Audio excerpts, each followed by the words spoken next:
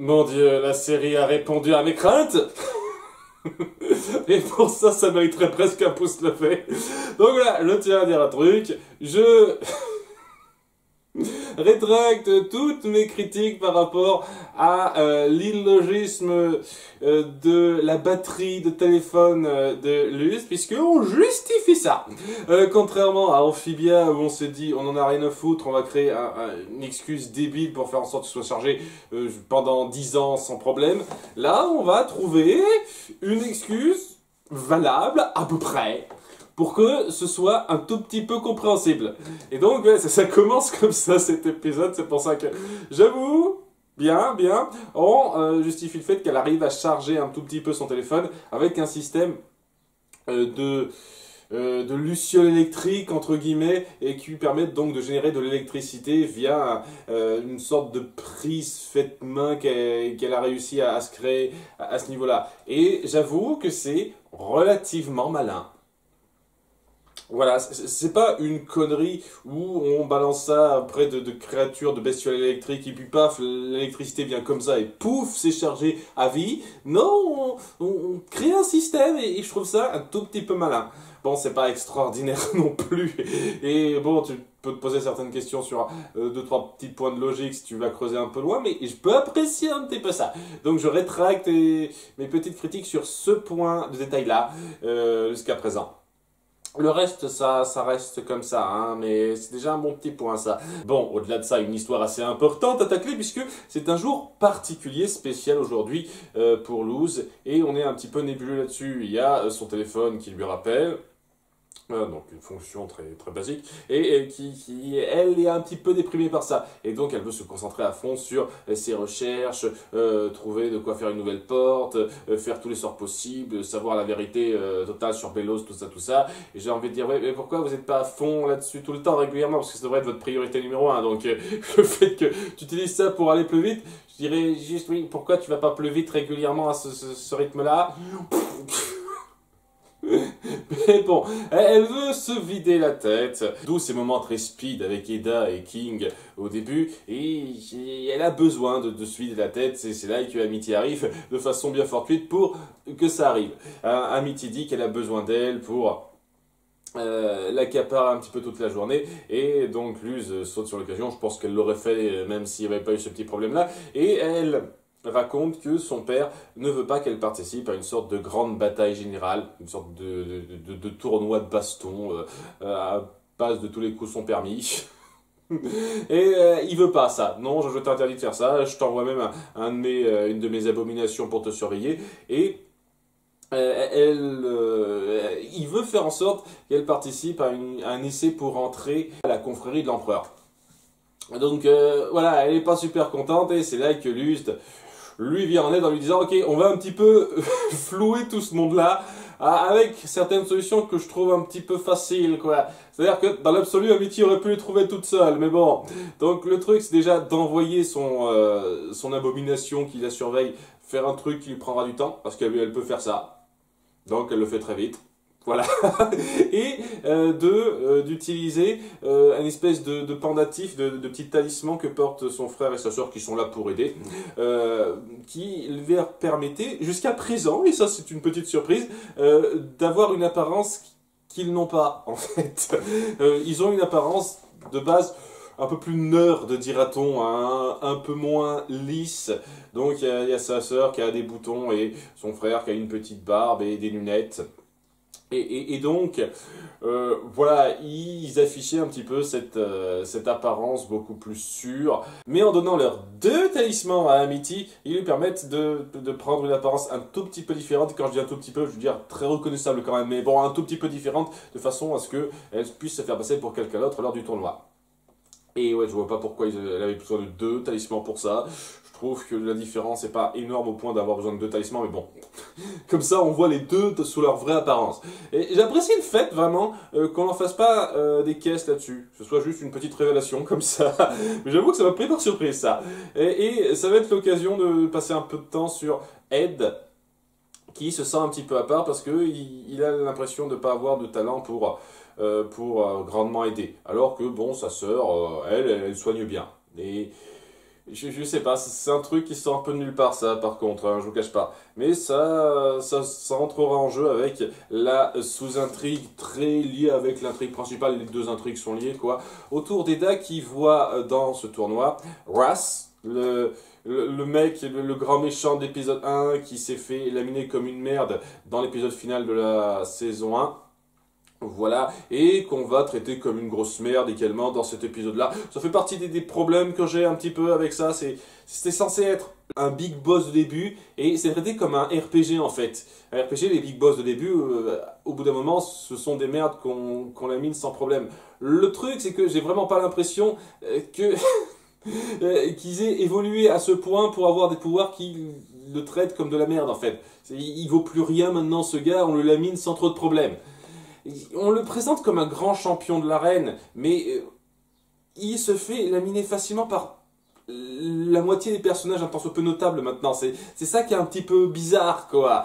Ce traitement de personnage est un petit peu insultant pour ceux qui le représentaient au départ. Enfin bref, elle le voit, elle se dit qu'elle pourrait peut-être le faire parler, parce qu'il saurait certains trucs sur ce qui se passe avec la confrérie de l'empereur et surtout Reign. Et le truc, c'est qu'il ne saura pas grand-chose. Hein, j'en parle très vite, ça, à la toute fin, lorsqu'il révélera quoi que ce soit, il dira que cette espèce de sort qu'il a prévu pour le jour de l'unité risque d'être un petit peu détrimental pour le monde de la magie en règle générale. Pas la magie sauvage, la magie en règle générale. Ok. Donc il n'aime pas la magie tout court, je sais pas. On verra un petit peu ce qu'il en est, mais oui, c'est très petit, ça apporte pas grand chose. C'est le petit problème, j'aurais pas été contre des informations un tout petit peu plus notables que ça, parce que, ouais, ça dit juste, ça confirme juste qu'il prépare un truc qui n'augure rien de bon, et je le savais, ça on le savait, tout le monde le savait, donc il n'apporte pas grand chose en termes de précision, le gars. Enfin bref, elle essaye de préparer un sort, et il va y avoir donc cette espèce de petit sous-intrigue avec Ed, parce qu'on essaye de relier les deux, je trouve que c'est plutôt pas mal, c'est fait de façon très fluide, les deux intrigues. Ed qui se sent un petit peu mal de pas servir à grand chose, mais il a des connaissances, des petits trucs magiques que Eda n'a pas directement. Donc il l'aide un petit peu, Eda voit ses capacités, son potentiel, et il se sent un petit peu ragaillardi par ça. Il y a un petit lien qui se crée très vite, mignonnet. Il y a King qui se reconnaît un petit peu en lui, alors que je suis désolé, j'ai jamais eu l'impression durant tous les épisodes où on l'a vu qu'il se sentait vraiment à part, aide et pas utile, mais bon, maintenant c'est... Je sais pas, j'aime bien les personnages, sincèrement, hein, j'aime beaucoup les personnages d'Ed et elle, mais vraiment...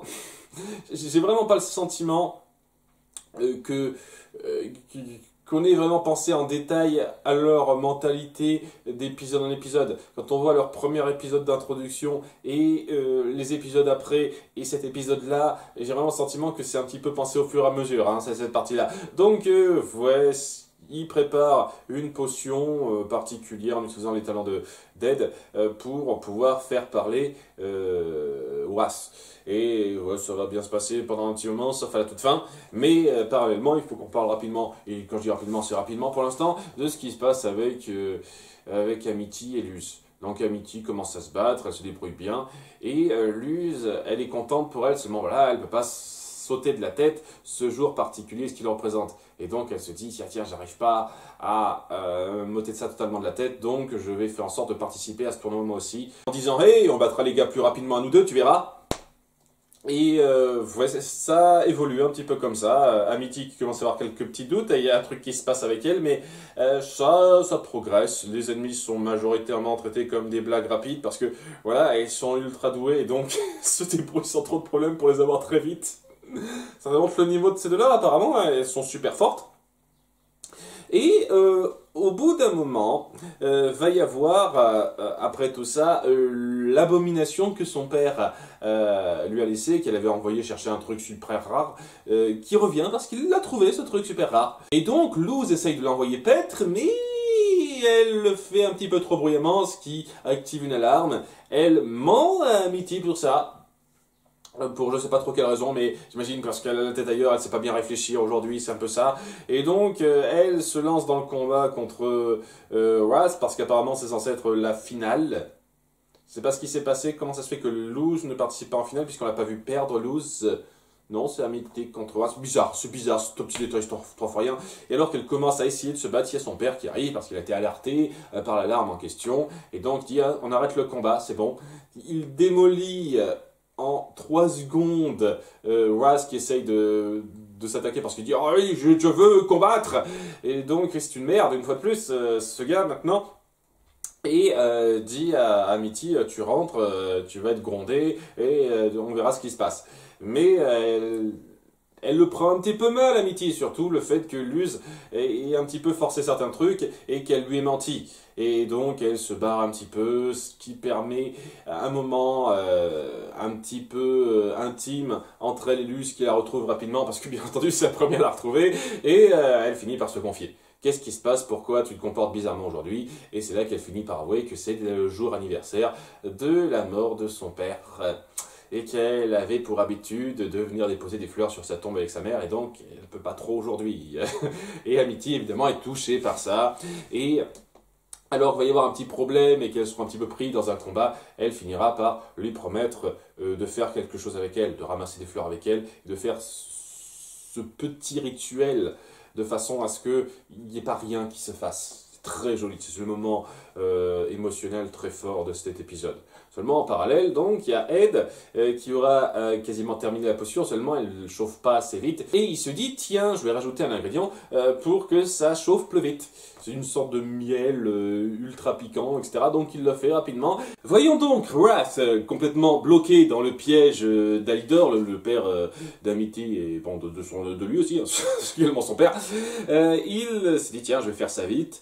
Et en faisant ça vite et en rajoutant cet ingrédient, bah, ça va mal se passer. C'est-à-dire qu'on passe d'un ingrédient, d'une potion pour faire dire la vérité, hein, une potion de vérité, à une potion qui transforme en super grosse bête berserk. Avec juste un ingrédient de différence. Hein. La magie, c'est quelque chose. Hein. C'est vraiment une question de dosage. Hein. Donc, ouais, il y a cette bête qui attaque tout le monde. Il faut la refroidir pour la faire revenir à l'état initial. Et donc, tout le monde se bat. Il y a Lidor qui dit à Amity, non, ne t'en mêle pas, je m'en charge tout seul. Mais elle finit par se forcer un petit peu, dire, hé, je sais me battre. Laisse-moi te montrer, ne me force pas à être derrière. Et donc, il devient assez vite fier d'elle. Grâce à ça, parce qu'il finit par remarquer enfin qu'elle sait faire quelque chose. Il a toujours été un petit peu à côté, mais il n'a jamais trop fait gaffe. En dépit du fait que vous l'avez utilisé pour montrer la capacité de vos abominations, mais apparemment tu te rends compte que maintenant qu'elle sait bien se battre. Ok, hein, c'est bien, mec, mais voilà, il est un petit peu fier d'elle, et grâce à ça, ça permet à Luz de faire un super sort de neige qui recouvre tout et qui le refroidit littéralement vers sa forme initiale. Ce qui amènera donc Eda à le questionner pour qu'il révèle un truc très léger qui apporte pas grand chose à la compréhension du truc. Mais bon, il y a ça de dit, quoi. Et vous voyez, avec ce moment où le père d'Amity reconnaît enfin un petit peu sa valeur, on montre un petit moment, un petit peu pas mal, j'ai bien aimé, autour d'Eda et Alidor, où ils semblent se connaître un petit peu, ils semblent avoir un petit passé, et surtout, elle a quelques petits griefs envers lui par rapport à ce qu'il a fait, notamment dans l'épisode où on introduit les parents d'Amity. Donc c'est cool d'appuyer ça. Alidor qui finit par comprendre. Ah tiens, elles sont ensemble maintenant. J'avais pas remarqué. Ça c'est plutôt marrant. Et après ce petit moment-là, il y a le passage qui reprend le moment le plus touchant de l'épisode où elles finissent ensemble par se faire un petit bouquet de fleurs, l'envoyer un petit peu dans le ciel grâce à la magie d'Amity, faire ce petit rituel, cette petite cérémonie, en comprenant que techniquement ça n'atteindra pas exactement la mère de Luz, mais l'intention, le sentiment qui en ressort est puissant et apporte quelque chose. Très beau moment entre ces deux-là, ce couple, une fois de plus, c'est très joli dans la plupart de ces interactions, et lorsqu'on appuie ce côté très fort dans l'évolution des personnages et ce qui les touche, parce que voilà, d'un côté il y a Amity qui veut s'affirmer auprès de son père, et Luz qui a besoin d'avoir quelqu'un pour passer ce stade important de l'année. Il y a vraiment ce côté très solidaire de l'une comme de l'autre qui se ressent et qui est très joli à ce niveau-là. Ce couple porte très bien beaucoup de scènes, hein, et j'avoue que ça passe très bien. Et ça fait même la petite transition avec la mère de Luz qui, elle aussi, pose une fleur sur un petit vase. Et on fait une sorte de petit parallèle visuel parce que ça se ressemble pas mal, la présentation des deux, pour dire que voilà, les deux n'ont pas oublié et les deux regrettent l'absence de l'autre. Très très joli, c'est une très très belle fin. Cette petite gestion-là était très belle. C'est un de mes épisodes préférés jusqu'à présent. Comme j'ai dit, il y a encore des grossièretés. Je peux pas... J'hésite, je vous cache pas, c'est peut-être le meilleur épisode jusqu'à présent. Et ouais, je peux pas m'empêcher de trouver que c'est des grossièretés. Le traitement de White, par exemple, et Ed qui a sa petite crise identitaire qui sort de nulle part. Je peux pas m'empêcher de trouver que c'est un petit peu grossier. En dépit de ça, c'est quand même très joli le lien entre Luz et Amity, ce qu'on crée ici. Le fait qu'on sache vraiment jongler de façon très fluide entre les deux intrigues. L'action qui était bonne. Allez, ça va être un petit pouce levé, histoire de faire plaisir un petit peu, quoi. C'est l'épisode le plus réussi jusqu'à présent, et un des moments les plus jolis qu'on a eu de la série pour l'instant. Ça mérite un petit pouce levé. C'est pas extraordinaire d'excellence, mais c'est un petit peu excellent. Donc voilà. Voilà, vous avez le premier pouce levé, vous êtes content, j'espère. À très bientôt pour l'épisode 15. Bye!